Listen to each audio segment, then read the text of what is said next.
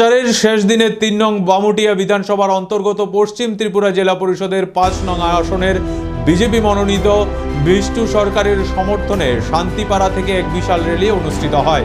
র্যালিতে উপস্থিত ছিলেন ৩ নং বামুটিয়া বিধানসভা কেন্দ্রের প্রাক্তন বিধায়ক কৃষ্ণধন দাস, পশ্চিম ত্রিপুরা জেলা পরিষদের ৫ নং আসনের বিজেপি মনোনীত প্রার্থী বিষ্টু সরকার, স্থানীয় বিজেপি নেতা প্রাক্তন পঞ্চায়েত প্রধান দেবাশিস দেব সহ অন্যান্যরা। এদিনের এই র্যালিতে বামুটিয়া বিধানসভার অন্তর্গত কামালঘাট শান্তিপাড়া থেকে শুরু হয়ে বিভিন্ন পথ পরিক্রমা করে সংবাদের মুখোমুখি হয়ে প্রতিক্রিয়া ব্যক্ত করতে গিয়ে প্রাক্তন বিধায়ক কৃষ্ণধন দাস বিজেপি প্রার্থীদের বিপুল ভোটে জয়ী করার আবেদন করেন। অন্যদিকে পশ্চিম ত্রিপুরা জেলা পরিষদের ৫ নং আসনের বিজেপি মনোনীত প্রার্থী বিষ্টু সরকার ওনাকে ভোট দিয়ে জয়যুক্ত করার আবেদন করেন এবং নির্বাচনের পরে সবার সঙ্গে মিলিত কাজ করার চান তিনি যান দুর্ঘটনায় আহত হওয়ার কারণে প্রচার করতে না পারায় এবং ওনার জন্য বিজেপি যেভাবে ময়দানে ঝাঁপিয়ে পড়েছে তা ভেবে আবেগপ্রবণ হয়ে কেঁদে ফেললেন। পাশাপাশি বিস্তারিত প্রক্রিয়া ব্যক্ত করলেন বিজেপি নেতৃত্বরা।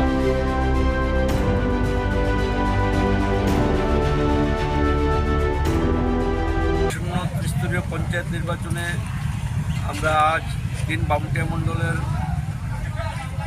সমস্ত অংশের কার্যকর্তা এবং সংযুক্ত মোর্চার উদ্যোগে আদরণীয় প্রার্থী ৫ নং জেলা পরিষদের প্রার্থী বিষ্টু সরকার দিদির সমর্থনে আমরা সুবিশাল বাইক র্যালি এবং অটো র্যালির আয়োজন করেছি। এই ৫ নং আসনের কামালঘাট, পশ্চিম কামালঘাট, ফটিকছড়া, পশ্চিম ফটিকছড়া, সাতজুবিয়া, গজারিয়া পঞ্চায়েতের সমস্ত অংশের মানুষের কাছে আমার বিনীত অনুরোধ থাকবে, দিদি যান দুর্ঘটনায় আহত হওয়ার কারণে আপনাদের বাড়ি বাড়ি পৌঁছতে পারেনি, তাই ওনাকে সমবেদনা জানিয়ে ওনার আক্ষেপ, উনি মানুষের বাড়ি পৌঁছতে পারেননি, আপনারা দেখতে পাচ্ছেন ওনার ব্যথা বা ওনার কষ্টটা।